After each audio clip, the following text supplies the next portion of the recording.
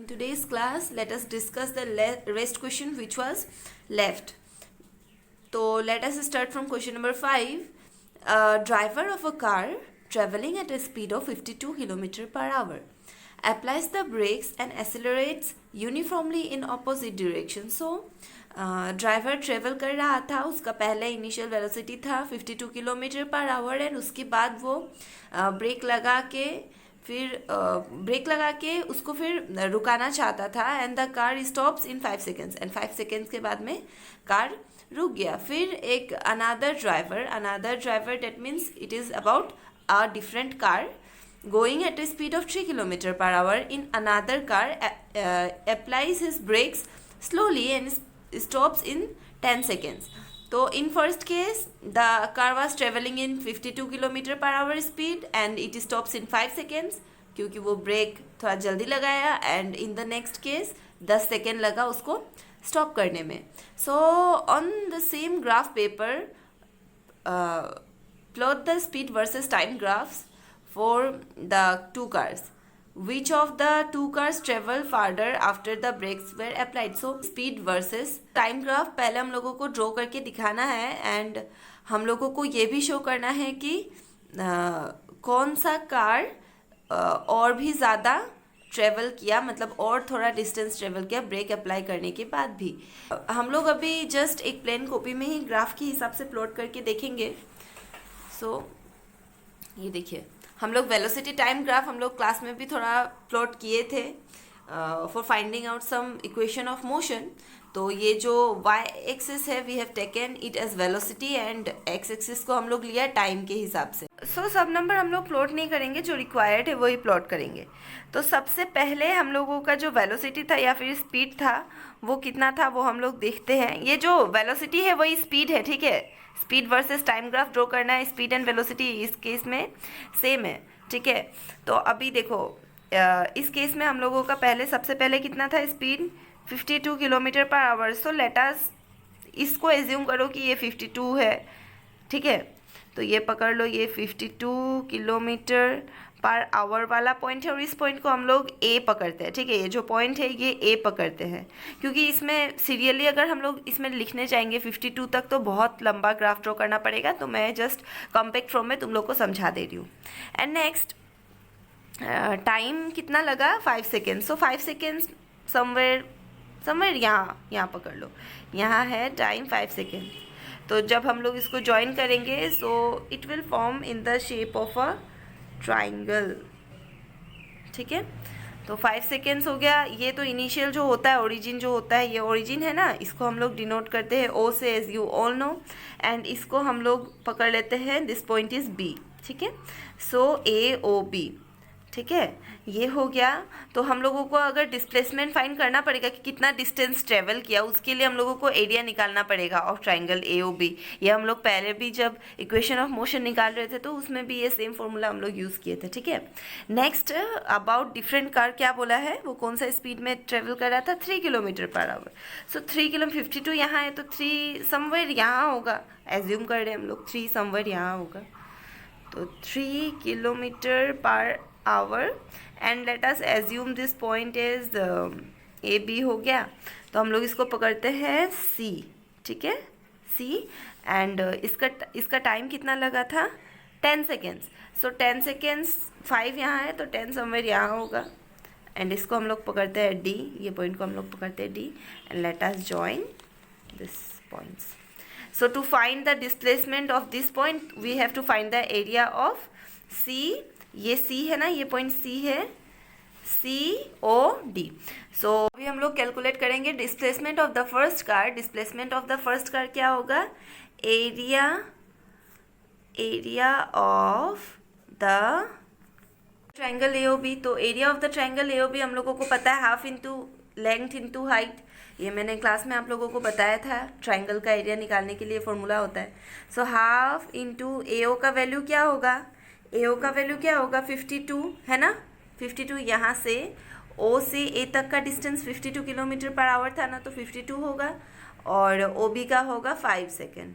52 kilometre per our into 5. एक condition है 52 kilometre per our में है और 5 सेकेंड में है, तो you will have to convert this kilometre per hour into metre per second. So ये कन्वर्ट करने मैंने आप लोगों को पहले भी सिखाया है. 1 kilometre equal to how much metre, उसके साथ में इंटू कर दो. 1000 मीटर होता है, 1000 को इंटू कर दो, पर आवर में है, तो 1 आवर इक्वल टू 3600 सेकेंड्स. और ये हो गया मीटर में और ये सेकेंड में. और जब हम लोग इसको डिवाइड को मिलेगा 14.44 मीटर पर सेकेंड. सो एओ का वैल्यू हम लोगों को मिला 14.44 metre per second which is second inverse, and OB का वैल्यू था 5 सेकेंड. सो अभी क्या करना पड़ेगा, सिंपली कैलकुलेट. तो क्या है, 14.44 है bye 2 into metre per second, मतलब क्या, मीटर बाय सेकेंड इंटू ये 5, इसको यहाँ पे लिख देते हैं हम लोग, और इंटू ये सेकेंड. सो ये सेकेंड तो कैंसिल गया. सो ऑब्वियसली आंसर तो मीटर में ही निकलेगा, क्योंकि हम लोग डिस्प्लेसमेंट निकाल रहे हैं या फिर डिस्टेंस निकाल रहे हैं. यहाँ पे डिस्टेंस एंड डिस्प्लेसमेंट सेम है, ठीक है, इन दिस केस. सो अभी हम लोग इसको कैलकुलेट करके इसको इन दोनों को ये डायरेक्ट डिविजिबल ही जाएगा. 7.22. Displacement of the first curve हम लोगों का निकला 36.1 metre. And now let us find displacement of the second curve. So displacement of the second curve क्या हुआ, same process. Area of the triangle यहाँ पे COD होगा, so half into CO into DO. And CO था 3 kilometre per our था, तो इसको हम लोगों ने कन्वर्ट कर लिया मीटर पर सेकेंड में, एंड जो कि निकला 0.83 metre per second. And after putting out the values we have to calculate. So यहाँ पे same process, second cancel out, and now we have to calculate this. So ये calculate करके निकलेगा हम लोगों का 0.15 metre. So displacement of the second car मिल गया हम लोगों का 4.15 metre, and displacement of the first car is 36.1 metre. So at last you can write, therefore the displacement of the first car after applying brakes is 36.1 meter, and displacement of the second car after applying brakes is 4.15 meter. So let us proceed to next question. So in figure 8.11 shows the distance time graph of 3 objects ABC. Study the graph and answer the following question. So what are the question? Let us see the question first. Which of the 3 objects is traveling fastest? So let us see in graph. Traveling fastest मतलब ज़्यादा distance कम time में travel करना, ठीक है.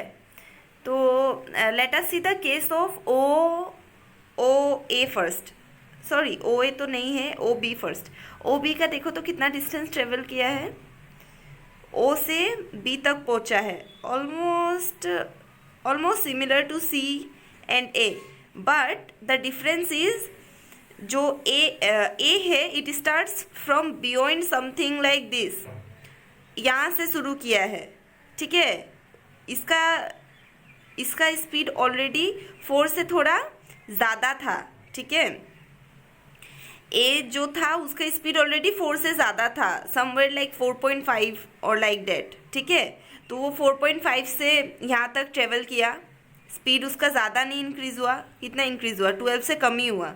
लेकिन जो B है वो 0 से शुरू किया था, और 0 से वो 12 से थोड़ा कम यहाँ पे सेम पोजीशन में पहुँचा है. और ये जो C है वो 0 से थोड़ा ऊपर समवेयर 1-2 यहाँ पे शुरू किया था, और वो पहुँचा फिर सेम पोजीशन में. तो सबसे ज़्यादा स्पीड में कौन गया था, B, है ना. B सबसे ज़्यादा स्पीड में गया था. सो इसको हम लोगों को इस हिसाब से लिखना पड़ेगा कि B travels fastest because the slope of B is greatest, ठीक है. B का स्लोप ग्रेटेस्ट क्यों है, क्योंकि वो कम टाइम में ज़्यादा डिस्टेंस ट्रेवल किया.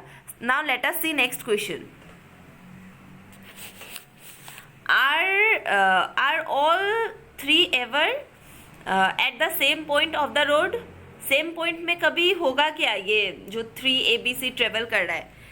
सो ये जो 3 ABC है, ABC साथ में देखो A और C सेम पॉइंट में है, क्योंकि A और C एक बार इंटरसेक्ट कर रहा है, या फिर A और B भी सेम पॉइंट में है क्योंकि A और B इंटरसेक्ट कर रहा है एंड B और C भी इंटरसेक्ट कर रहा है. बट तीनों साथ में कभी इंटरसेक्ट नहीं कर रहा है. अगर तीनों साथ में इंटरसेक्ट करता तो वो लोग same point of the road में होता साथ में, लेकिन इंटरसेक्ट नहीं कर रहा है. इसका मतलब क्या, A B C never are never at the same point of the road. So हम लोगों को इसको लिखना पड़ेगा। हम लोगों ने लिखा A B C do not intersect at same point, therefore they are never at the same point of the road. Now question number C, how far has C traveled when B passes A? C कितना travel किया जब B A को पास कर रहा था या फिर A को क्रॉस कर रहा था, ठीक है। So now let us C diagram. First let us सी कि 0 से 4 तक जो ये छोटा छोटा बॉक्सेस का ग्राफ यूनिट है वो कितना है 1 2 3 4 5 6 7। सो 7 ग्राफ यूनिट। सो 0 से 4 तक का ये जो डिस्टेंस है इसमें कितना ग्राफ यूनिट है 7 ग्राफ यूनिट। 7 ग्राफ यूनिट मतलब अगर एक यूनिट को हम लोग कंसिडर करेंगे डेट विल बी 4 है और यहाँ नीचे में 7 है, तो that will be 4/7 kilometre. So we can write in this way, since there are 7 unit area of graph between 0 and 4 on the y-axis, therefore one graph unit equal to 4/7 kilometre.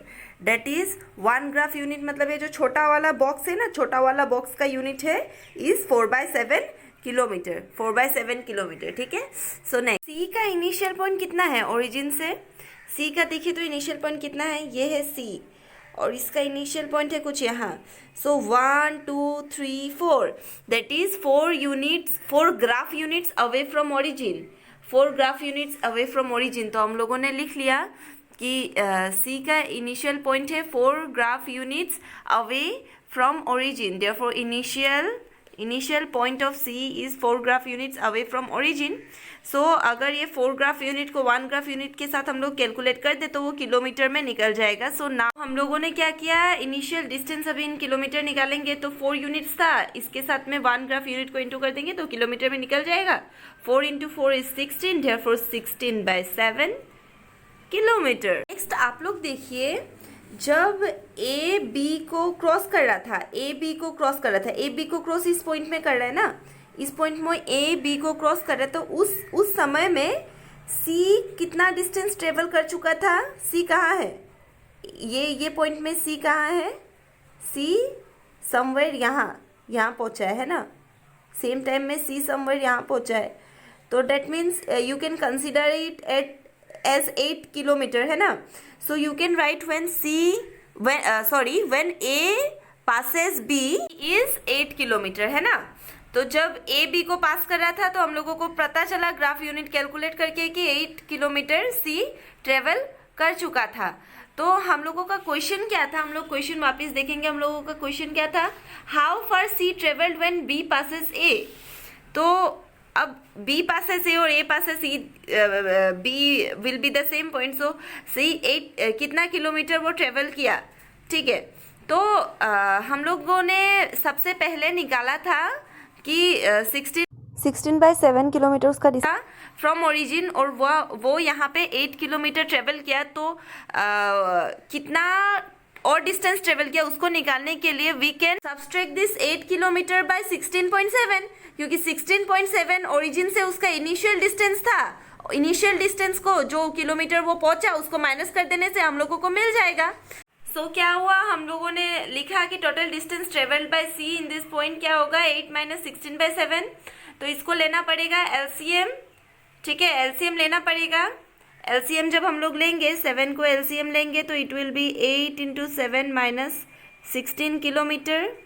And after calculating this 8 × 7 करना, 8 7 कितना होता है, हाँ 8 7 होता है 56। जब 56 को आप लोग 16 से माइनस करोगे तो होगा 40/7, एंड 40/7 40 को अगर 7 से डिवाइड करोगे तो आंसर विल बी 5.71 किलोमीटर, ठीक है। तो ये हम लोगों का सॉल्व हो गया। ये एकदम अच्छा से समझना, क्योंकि थोड़ा कॉम्प्लेक्स और इस टाइप का मैंने आप लोगों को क्लास में भी नहीं समझाया है। So now let us proceed to question number D. How far B travelled by the time it passes C. B कितना ट्रेवल किया जब सी को क्रॉस किया। तो करते समय हम लोग देखेंगे बी कितना ट्रेवल किया। सी को बी कब क्रॉस कर रहा है, ये बी है ये सी है, यहाँ पे क्रॉस कर रहा है। तो हम लोग पहले ग्राफ यूनिट कितना हुआ है वो काउंट करेंगे, 1 2 3 4 5 6 7 8 9। सो 9 ग्राफ यूनिट में बी सी को क्रॉस कर रहा है। तो और हम लोगों को 1 ग्राफ यूनिट का वैल्यू पता था विच इज़ 4/7। तो ये 9 इंटू हम लोग जब 4/7 कर देंगे तो ये निकल जाएगा। सो नाउ लेट अस सिंप्लीफाई। लोगों ने लिखा कि जब 1B passes C travels 9 units in graph, total distance traveled equal to 9 into 4/7। 4/7 1 unit of graph था, 4/7 किलोमीटर, तो 9 यूनिट होगा 9 into 4/7 and the answer will be 5.14 kilometre.